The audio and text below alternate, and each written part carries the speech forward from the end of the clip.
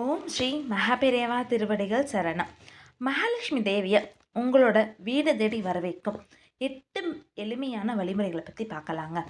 மகாலட்சுமி செல்வத்திற்கு அதிபதி, செல்வத்திற்கான கடவுள் என அனைவராலும் சொல்லப்பட்டாலும் மகாலட்சுமி 16 வகையான செல்வங்களை வழங்கக்கூடிய தெய்வமாகுங்க. குழந்தை பேரு, வெற்றி, தைரியம், பதவிகள் உள்ளிட்ட 16 வகையான செல்வங்களையும் வழங்கக்கூடியவர் தாங்க இந்த அஷ்டலட்சுமிகளும். இவர்களை முறையாக வழிபட்டு வந்தாலே வாழ்வில் எந்தவித குறையும் இல்லாமல் மகிழ்ச்சியாக வாழ முடியுங்க. வாழ்வில் மகிழ்ச்சி, மன நிம்மதியை தரக்கூடிய மகாலட்சுமியை நம்முடைய வீட்டிற்கு வர வைப்பதற்கும், நம்முடைய வீட்டில் மகாலட்சுமி எப்பொழுதும் வசிப்பதற்கும், அவளின் அருட்பார்வை நம் மீது பட்டு கொண்டே இருப்பதற்கு வீட்டில் சில எளிய வழிபாடுகளை நம்ம தொடர்ந்து செஞ்சுட்டு வந்தோம்னாவே போதுங்க. என்ன செய்தால் மகாலட்சுமியை நம்முடைய வீட்டிற்கு வரவேற்கலாம் அப்படிங்கிறத இங்கே நம்ம பார்க்கலாங்க. செல்வ வளம், சொத்துக்கள், அதிகாரம், அழகு, குழந்தை பேரு ஆகியவற்றிற்கு காரணமான தெய்வமாக மகாலட்சுமி கருதப்படுறாங்க. இந்துக்களோட வழிபாட்டு முறையில் விநாயகருக்கு அடுத்தபடியாக மகாலட்சுமி வழிபாட்டிற்கு முக்கிய இடம் அளிக்கப்படுதுங்க. ஒரு வீட்டில் அனைத்து விதமான செல்வங்களும் நிறைந்திருக்க அஷ்டலட்சுமிகளோட அருளும் கிடைக்கணுங்க. எங்கெல்லாம் லக்ஷ்மி தேவி இருக்கிறாங்களோ அந்த இடங்கள்ல துன்பம், வறுமை என்பது இருக்கவே இருக்காதுங்க. அதனால அனைத்து வீடுகளிலும் லக்ஷ்மி தேவியின் வழிபாட்டை அவசியம் செய்வாங்கங்க. மகாலட்சுமியின் வழிபாட்டிற்கு ஏற்ற நாளாக வெள்ளிக்கிழமை கருதப்படுது. மகாவிஷ்ணுவின் மனைவியான மகாலட்சுமி நவராத்திரி 4, 5 மற்றும் 6ஆம் நாளுக்குரிய தெய்வமாக கூட கருதுறாங்கங்க. இந்த நாளில் அலை மகளான லக்ஷ்மி தேவியை வழிபட்டோம் அப்படின்னா ஆண்டுதோறும் வீட்டில் செல்வ வளம் நிறைந்திருக்குங்க. மகாலட்சுமியோட அருளை பெறுவதற்கு அவரின் படம் அல்லது சிலையை வீட்டில் வச்சு தொடர்ந்து உண்மையான பக்தியுடன் நீங்கள் வழிபட்டு வரணுங்க. இது தவிர 8 விதமான விஷயங்களை நீங்கள் வீட்டில் செஞ்சுட்டு வந்தீங்க அப்படின்னா மகாலட்சுமி நம்மளோட வீடை தேடி வருவாங்கங்க. முதலாவது, மகாலட்சுமியின் பாதங்கள். கிருஷ்ண ஜெயந்தி அன்று எப்படி நம்ம கிருஷ்ணரை வீட்டிற்கு அழைப்பதற்காக வீடு முழுவதும் கிருஷ்ணரின் பாதங்களை வரைந்து வைக்கிறோமோ அதே போல் மகாலட்சுமியை வீட்டிற்கு அழைப்பதற்கும் பூஜை அறையில் அவரது பாதங்களை வரைந்து வைக்கலாங்க. மகாலட்சுமியின் திருமாலின் நிரந்தரமாக வாசம் செய்யக்கூடியவர் திருமகள். அதனால் இது மகாவிஷ்ணுவையும் நம்முடைய வீட்டிற்கு அழைத்து வர வைக்குங்க.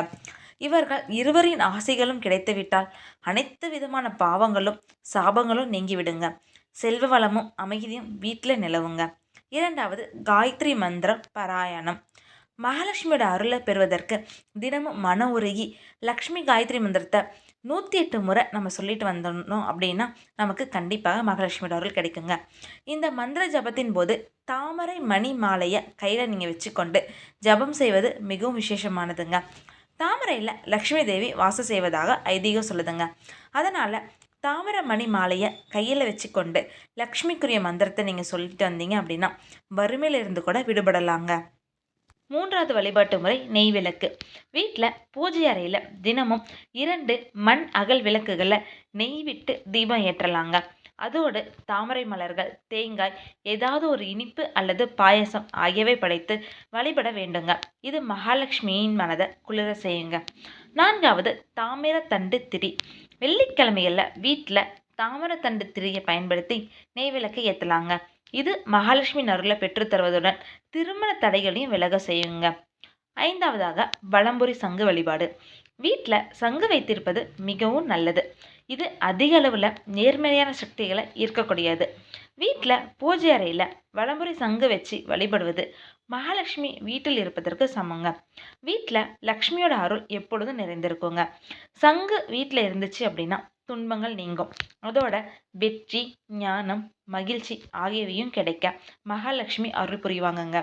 இது குபேரனையும் குறிக்கக்கூடியது என்பதால் செல்வ வளத்தை ஈர்க்கக்கூடியதாகுங்க. சங்கனை எப்போதுமே நம்ம சுத்தமான இடத்துல சுத்தமான துணி வச்சு வைக்கணுங்க. வெள்ளை, சிவப்பு அல்லது மஞ்சள் நிற துணியின் மீதே இந்த சங்கனை நம்ம வைக்கணுங்க.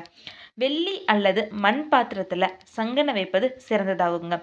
பூஜை சமயங்களில் சங்கலை தண்ணீர் நிரப்பி வச்சு அதனை வீடு முழுவதும் தெளிப்பதால் எப்பொழுதுமே லக்ஷ்மி கடாட்சம் நிறைந்ததாக இருக்குங்க.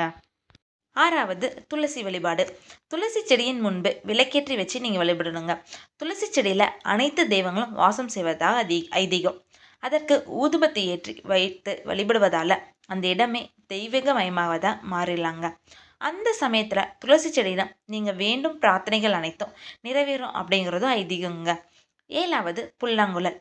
மூங்கிலால் செய்யப்பட்ட புல்லாங்குழலை வீட்டில் வைத்திருப்பதால் வீட்டில் அமைதியும் ஒற்றுமையும் ஏற்படுங்க.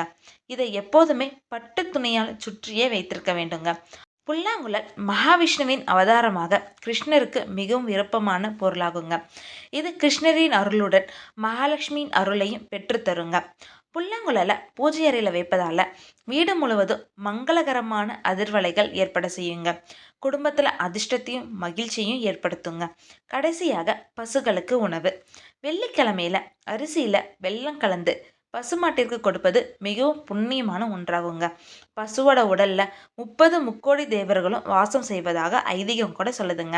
இதனால பசுவிற்கு உணவளிப்பதால அது மகாலட்சுமி மனம் மகிழச் செய்து வீட்டில் செல்வ வளம் பெருக செய்யுங்க. வாழ்க்கையிலும் குடும்பத்திலும் உள்ள அனைத்து விதமான தடைகளும் நீங்குங்க.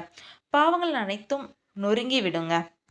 நான் இந்த வீடியோ பதிவில் சொன்ன மாதிரி அந்த 8 வழிபாட்டு முறைகளை நீங்கள் கடைபிடிச்சிட்டு வாங்க. கண்டிப்பாக உங்கள் வீட்டில் மகாலட்சுமி தேவியார் வாசம் செய்வாங்கங்க. ஹரஹர சங்கர ஜெய ஜெய சங்கரா, ஹரஹர சங்கர ஜெய ஜெய சங்கரா. ஓம் ஸ்ரீ மகாபெரியவா திருவடிகள் சரணம்.